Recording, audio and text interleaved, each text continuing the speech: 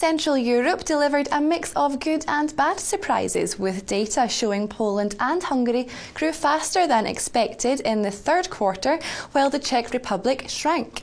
Joining me down the line to take a closer look at the region's three biggest economies is Peter Buzak. Peter, taking Poland first, its economy rose 1.9% compared with the year earlier. Do you think this is sufficient evidence to suggest the economy, which was nearly stagnant at the beginning of the year, has turned a corner? Or is inflation still too big of a concern here? This is quite a strong evidence that the economy has already bottomed out and is recovering quite strongly, even despite quite challenging external environment where we see some downward revisions for growth forecast for the euro area, which is the main export market for Polish companies. But what has driven the Polish economy down over the past few quarters was not necessarily the euro area recession, but more domestic factors, overly restrictive monetary policy in 2012 and very drastic fiscal consolidation in 2011 and 2012.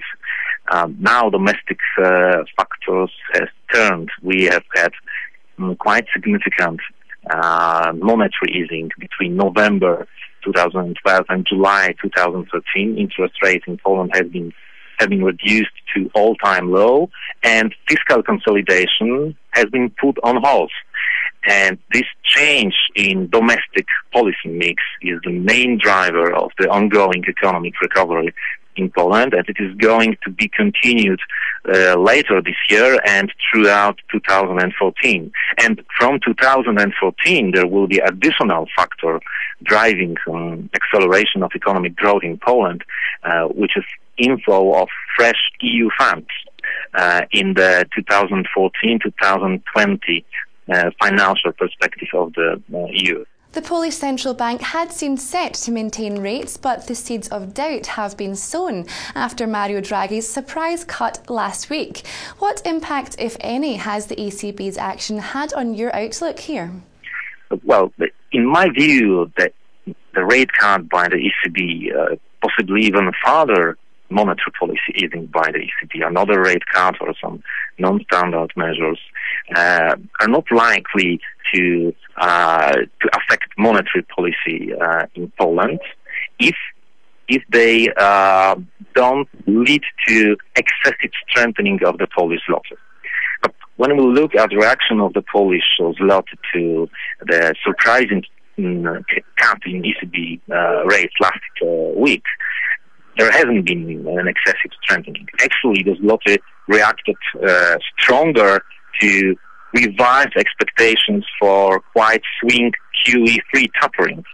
So I would not expect that the Polish Central Bank will follow ECB and will renew monetary policy easing in Poland.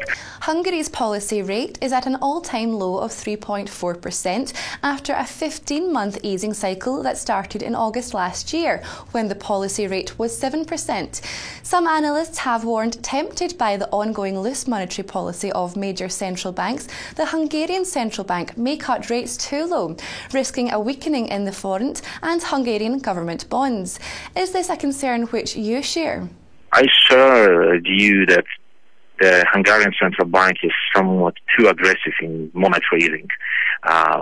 The financial market in Hungary, especially the bond market, is very dependent on foreign investors.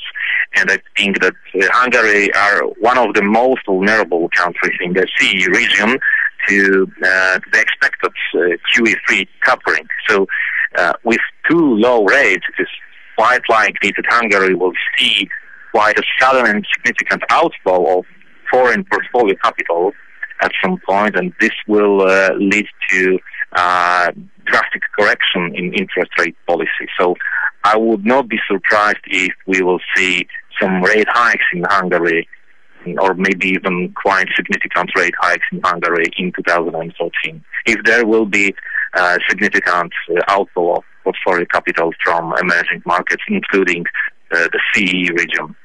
The contraction of the Czech economy in Q3 surprised many analysts. To help growth, the central bank cut its key interest rate to a record low of 0.05% in November and began using FX interventions to weaken the koruna. But what implications could this have against the strengthening euro and the currencies of the Czech Republic's neighbours? Actually, I think that given what other central banks do, it is more important what the Czech central bank did, namely that it started FX interventions. This is a kind of fresh currency war in the Central and in Eastern Europe, and possibly the Polish central bank will try to react to this if Polish exporters will be hurt by more competitive exchange rate in the Czech Republic. Intervening against the excessive trend of the local currency bears some risk, but as example of the Swiss National Bank shows, this strategy may be quite successful. It is much easier for central banks to intervene in order to weaken the local currency than to strengthen it.